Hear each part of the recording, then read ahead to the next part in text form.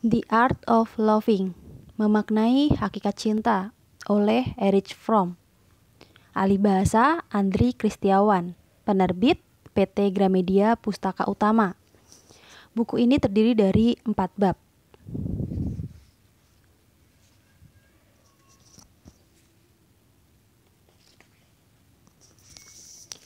Siapa yang tidak tahu apapun, tidak mencintai apapun.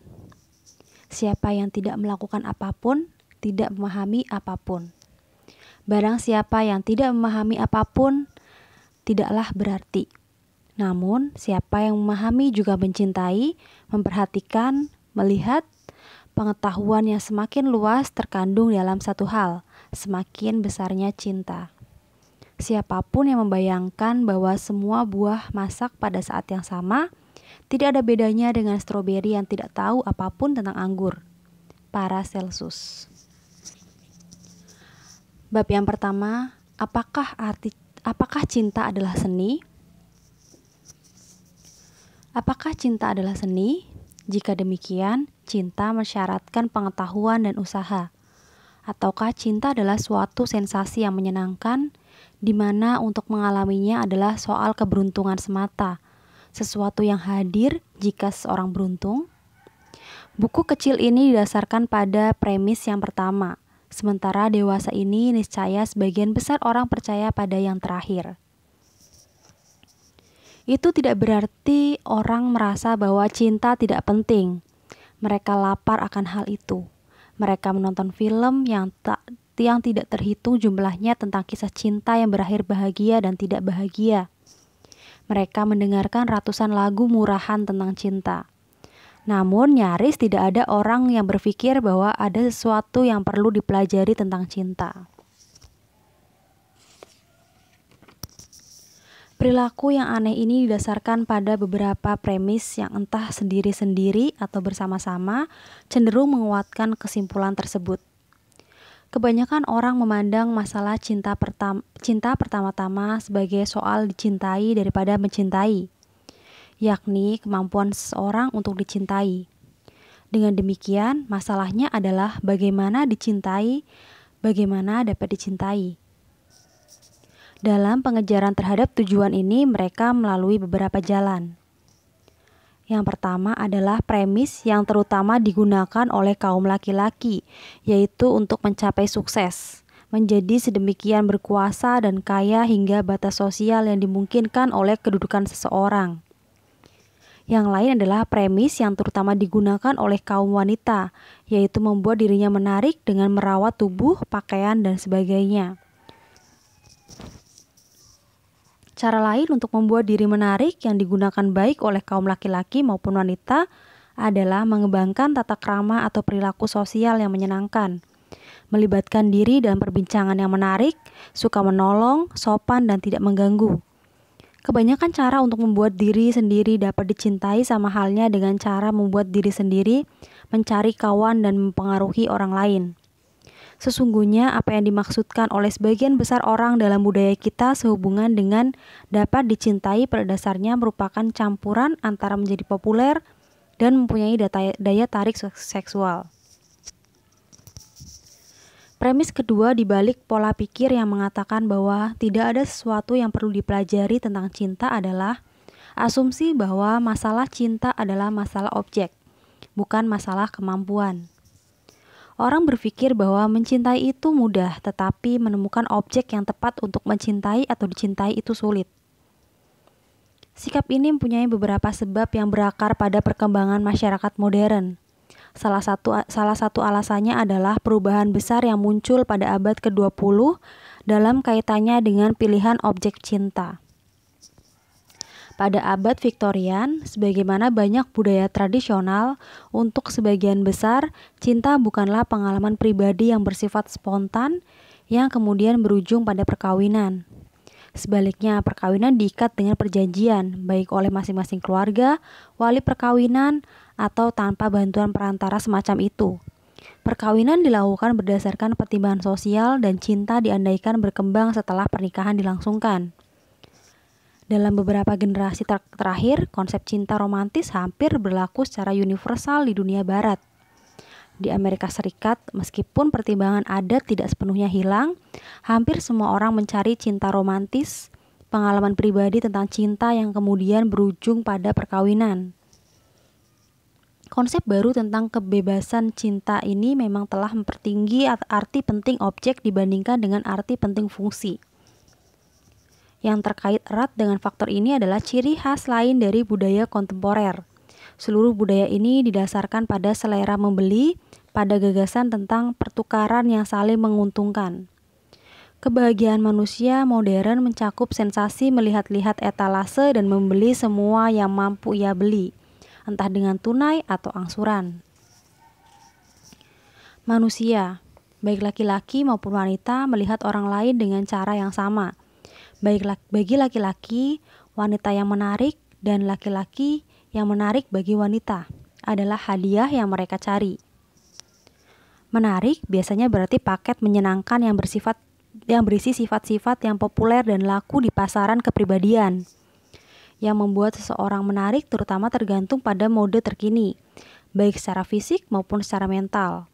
Pada abad ke-20 yang menarik adalah gadis yang suka minum minuman keras dan merokok, yang tegar dan seksi.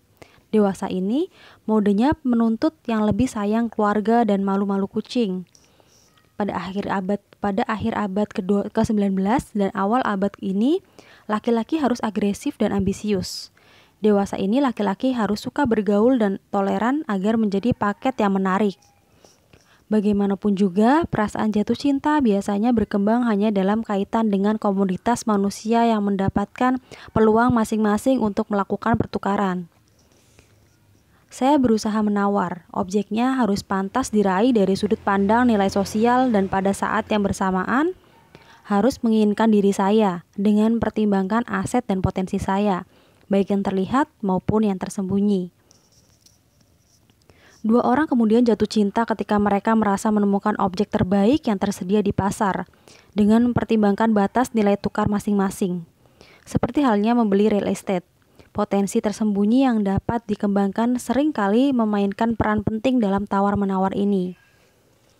Dalam budaya di mana berlaku orientasi pemasaran dan di mana sukses materi merupakan nilai yang paling menonjol, hampir tidak aneh bahwa hubungan cinta manusia mengikuti pola yang sama dengan pertukaran yang menentukan pasar komoditas dan tenaga kerja.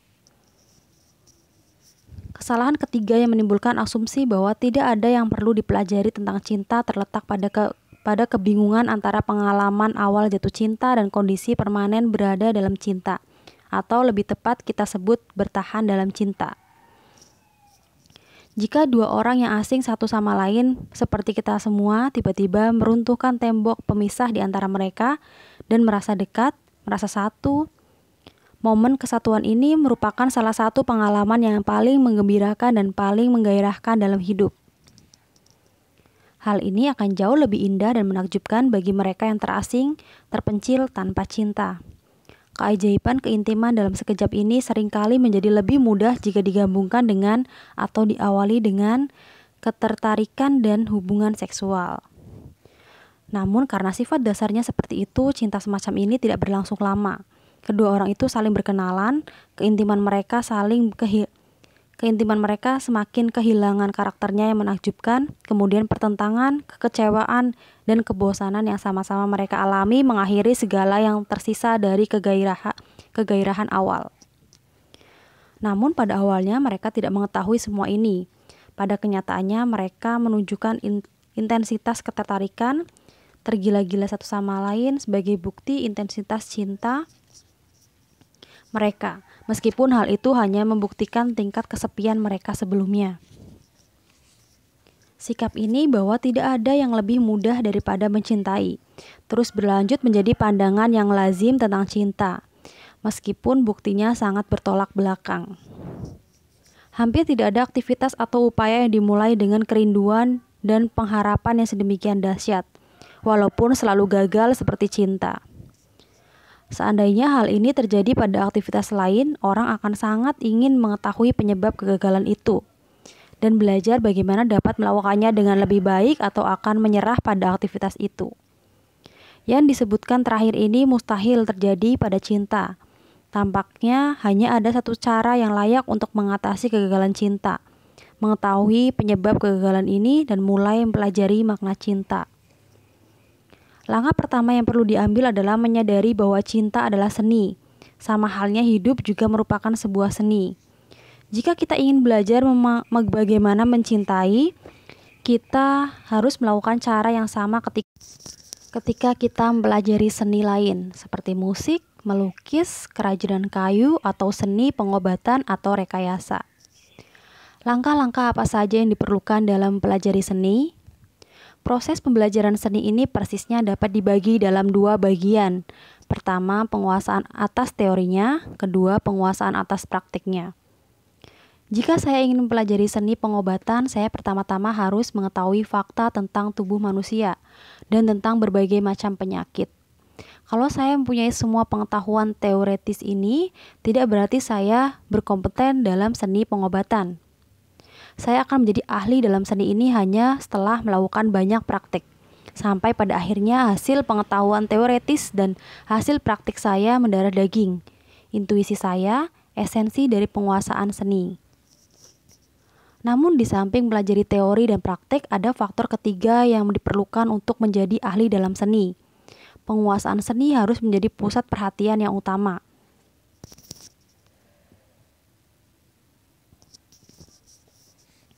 Di dunia ini benar-benar tidak ada hal lain yang lebih penting daripada seni. Hal ini juga berlaku untuk musik, pengobatan, kerajinan kayu, dan cinta. Dan bisa jadi di sini terdapat jawaban mengapa orang dalam budaya kita jarang berusaha mempelajari seni ini, meskipun mereka jelas-jelas gagal. Betapapun mendalamnya kebutuhan akan cinta, hampir selalu ada hal lain yang dipandang lebih penting daripada cinta. Sukses, prestis, uang, kekuasaan, nyaris seluruh energi kita digunakan untuk mempelajari bagaimana mencapai tujuan seperti itu. Dan hampir tidak ada yang ditujukan untuk mempelajari seni mencintai. Mungkinkah bahwa hanya hal-hal seperti itulah yang patut dipertimbangkan untuk dipelajari, sehingga seseorang bisa mendapatkan uang atau prestis, dan bahwa cinta yang hanya menguntungkan jiwa tetapi tidak menguntungkan dalam pengertian modern adalah sebuah kemewahan yang tidak perlu menghabiskan energi kita? Dalam diskusi berikut ini akan dibahas seni mencintai dalam pembagian seperti yang telah dikemukakan sebelumnya.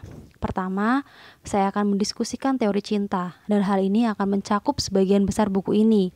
Dan kedua, saya akan mendiskusikan praktik cinta. Hanya sedikit yang dapat dikatakan tentang praktek dalam soal ini, sama seperti dalam bidang lain. Bab 2. Teori cinta. Yang pertama, cinta. Jawaban atas masalah eksistensi manusia.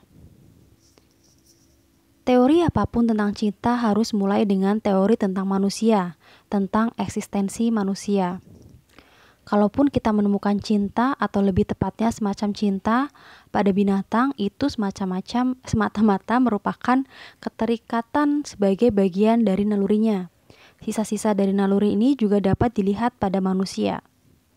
Yang hakiki dalam eksistensi manusia adalah fakta bahwa ia berasal dari dunia binatang, dari adaptasi naluriah bahwa ia telah melampaui alam meskipun ia tidak pernah meninggalkannya.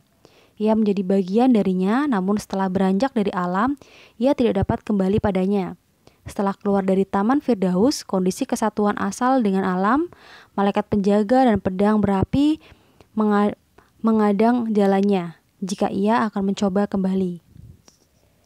Manusia hanya dapat melangkah maju dan mengembangkan rasionya dengan menemukan keselarasan baru, keselarasan manusiawi, bukan keselarasan purba yang telah punah. Ketika terlahir sebagai manusia dan individu, manusia terlempar keluar dari situasi yang terbatas, sama terbatasnya dengan naluri, dan masuk ke dalam situasi yang tidak terbatas, tidak pasti dan terbuka. Yang pasti hanyalah masa lalu, dan kepastian terjauh di masa depan semata-mata adalah kematian.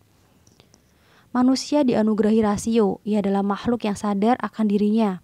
Ia mempunyai kesadaran tentang dirinya, sesama, masa lalu, dan kemungkinan masa depannya.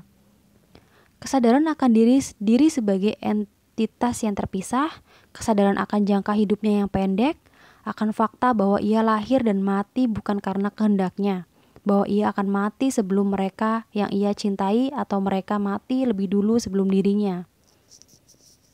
Kesadaran akan kesendirian dan keterpisahannya, akan ketidakberdayaannya terhadap kekuatan alam dan masyarakat, semua ini membuat eksistensi dirinya yang terpisah dan terpecah menjadi penjara yang tak tertahankan.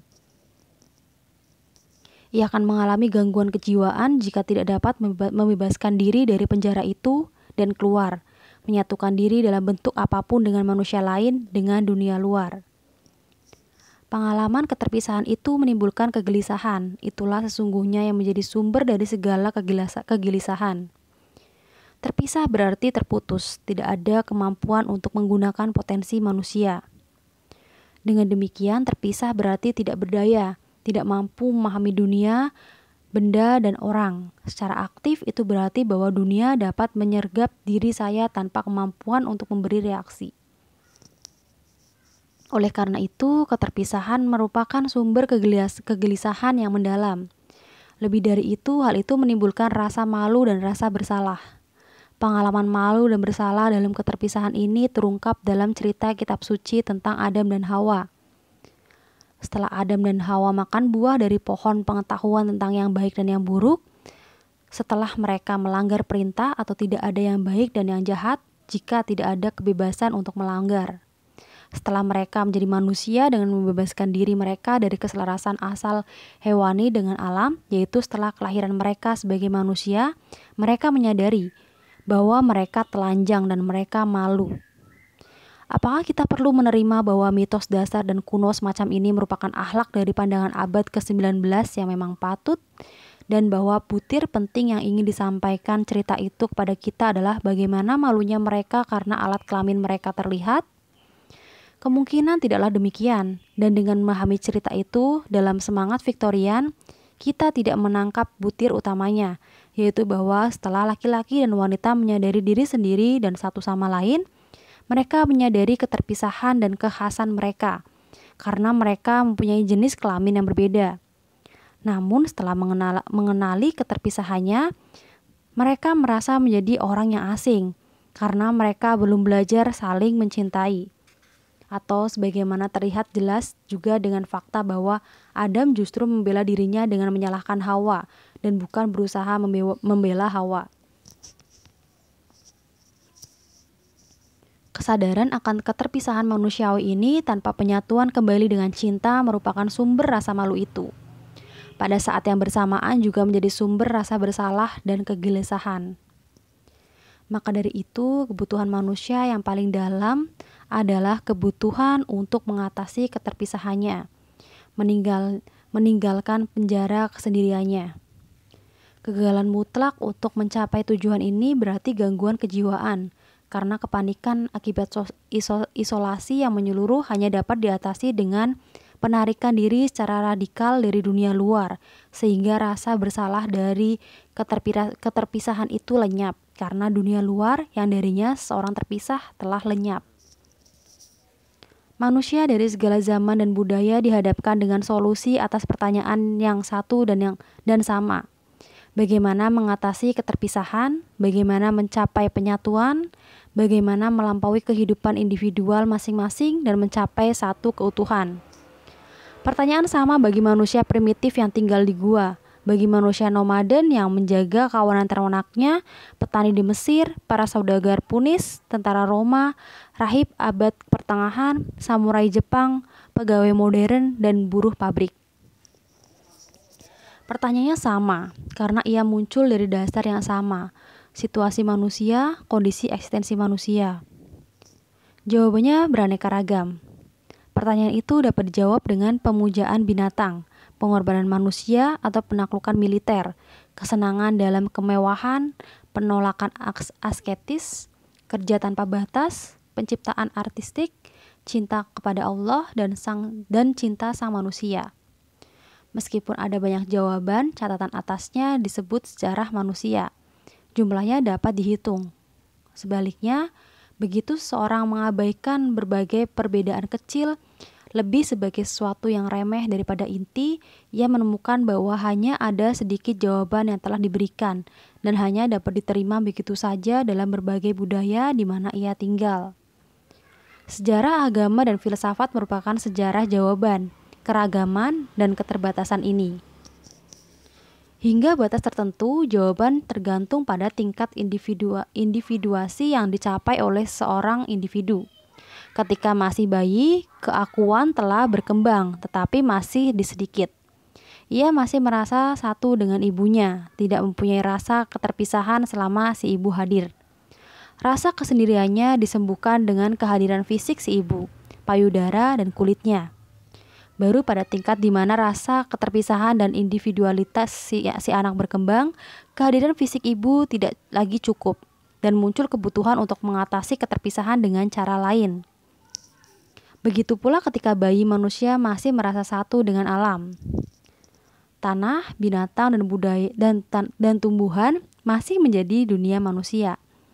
Ia mengidentikan dirinya dengan binatang, dan ini terungkap dengan pengenaan topeng binatang, pemujaan atas totem binatang atau dewa-dewa binatang.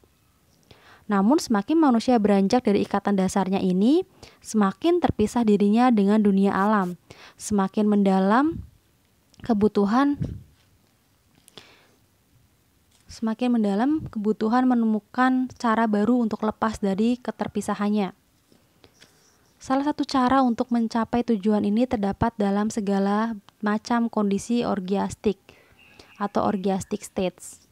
Hal ini bisa berupa keadaan trans yang disengaja sendiri, kadangkala dengan bantuan obat bius. Banyak ritual suku primitif memberikan gambaran yang gamblang tentang solusi semacam ini.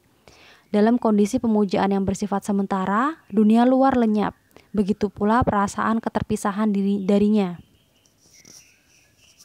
Karena ritual ini dilakukan bersama-sama, pengalaman melebur dengan kelompok semakin membuat solusi ini jauh lebih efektif. Yang terkait erat dan sering kali dicampur adukan dengan solusi orgiastik adalah pengalaman seksual. Orgasme seksual dapat menghasilkan kondisi yang sama dengan kondisi yang dihasilkan oleh trans atau dengan pengaruh obat bius tertentu. Ritus pesta seks secara kelompok merupakan sebagian dari banyak ritual primitif. Agaknya sudah melewati pengalaman orgiastik, orang dapat melanjutkan hidupnya untuk sementara tanpa terlalu menderita karena keterpisahannya. Lambat laun, ketegangan, kecemasan bertambah, dan kemudian dikurangi kembali dengan pelaksanaan ritual itu secara berulang-ulang. Sejarah menjadi bagian dari adat kebiasaan dalam sebuah suku. Kondisi orgiastik itu tidak menimbulkan kecemasan atau rasa bersalah. Tindakan semacam itu dianggap benar dan bahkan luhur karena menjadi cara yang dianut bersama, disahkan dan diharuskan oleh tabib atau pemuka agamanya. Oleh karena itu, tidak ada alasan untuk merasa bersalah atau malu. Akan berbeda halnya jika solusi yang sama dipilih oleh seorang individu dalam budaya yang telah meninggalkan adat kebiasaan seperti itu.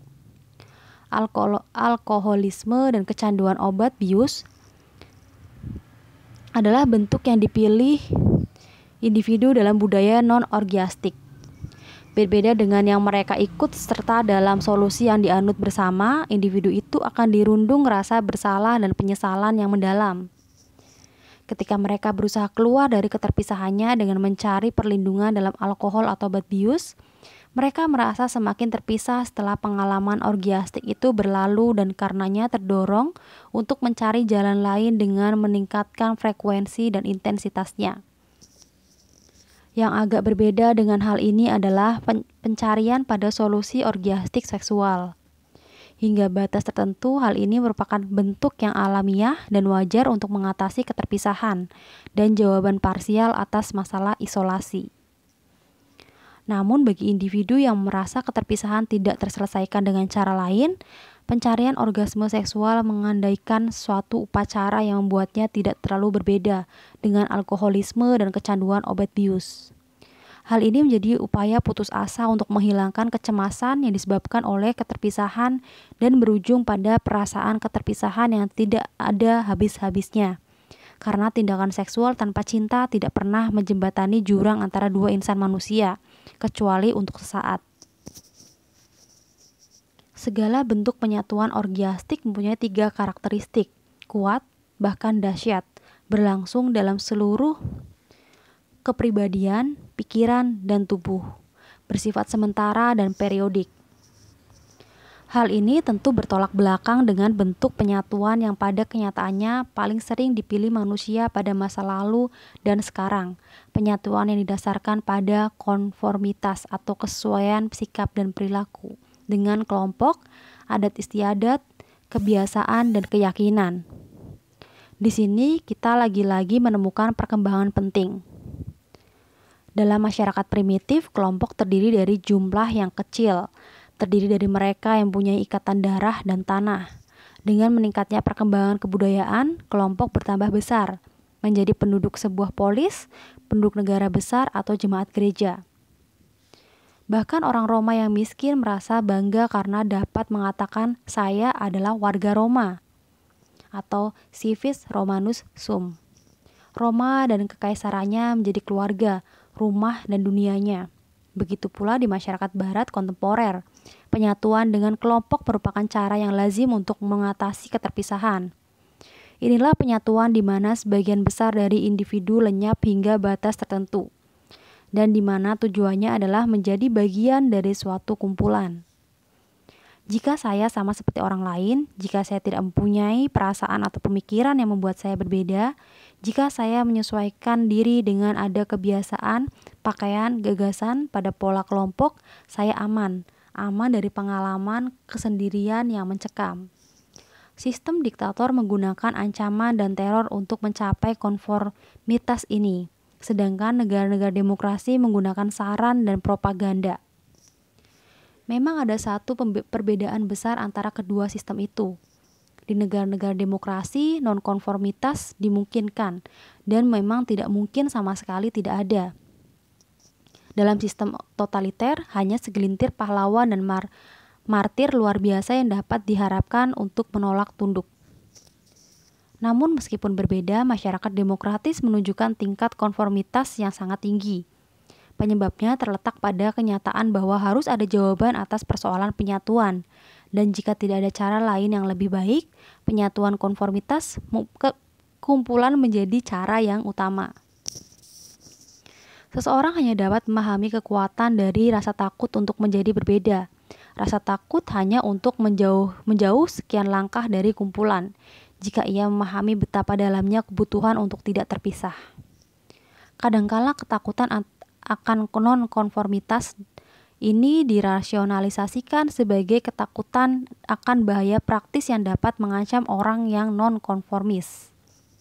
Namun sesungguhnya orang lebih ingin melakukan konformitas sampai pada tingkat yang jauh lebih tinggi daripada terpaksa melakukannya, setidak-tidaknya di negara-negara demokrasi barat. Sebagian besar orang bahkan tidak menyadari kebutuhan mereka untuk melakukan konformitas.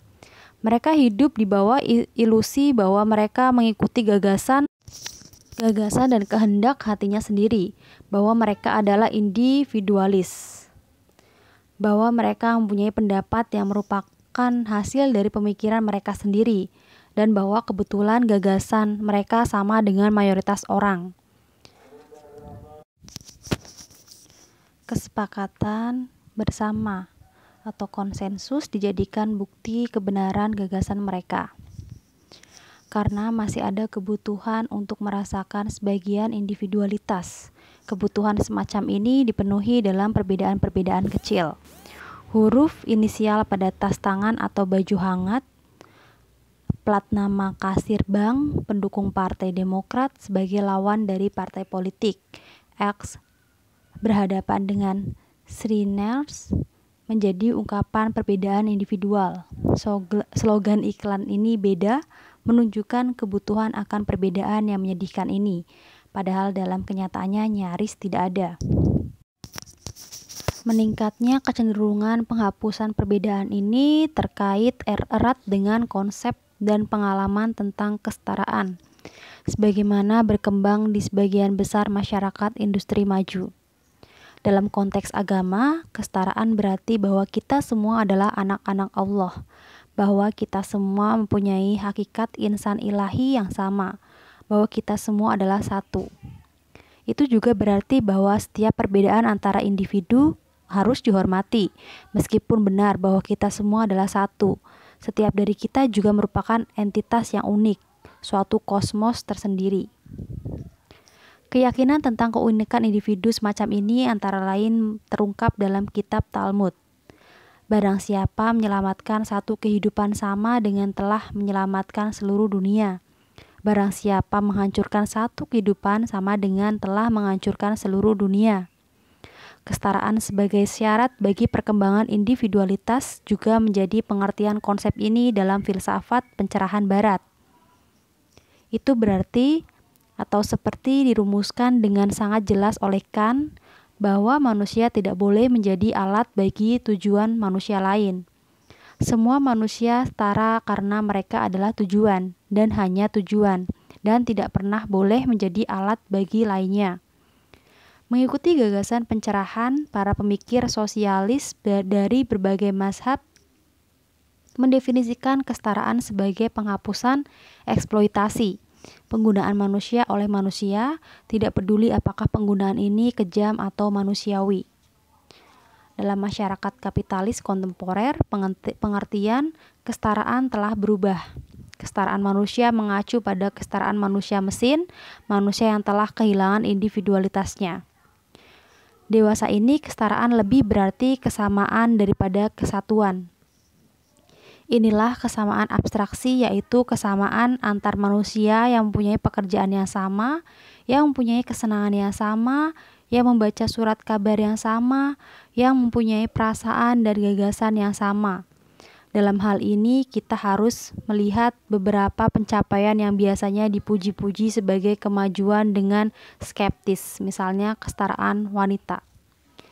Ini tidak berarti bahwa saya menentang kesetaraan wanita, namun aspek positif kecenderungan kesetaraan ini seharusnya tidak memperdaya kita. Ini adalah bagian dari tren ke arah penghapusan perbedaan. Kesetaraan dipahami dengan cara ini. Para wanita menjadi setara karena mereka tidak lagi berbeda. Proposisi filsafat pencerahan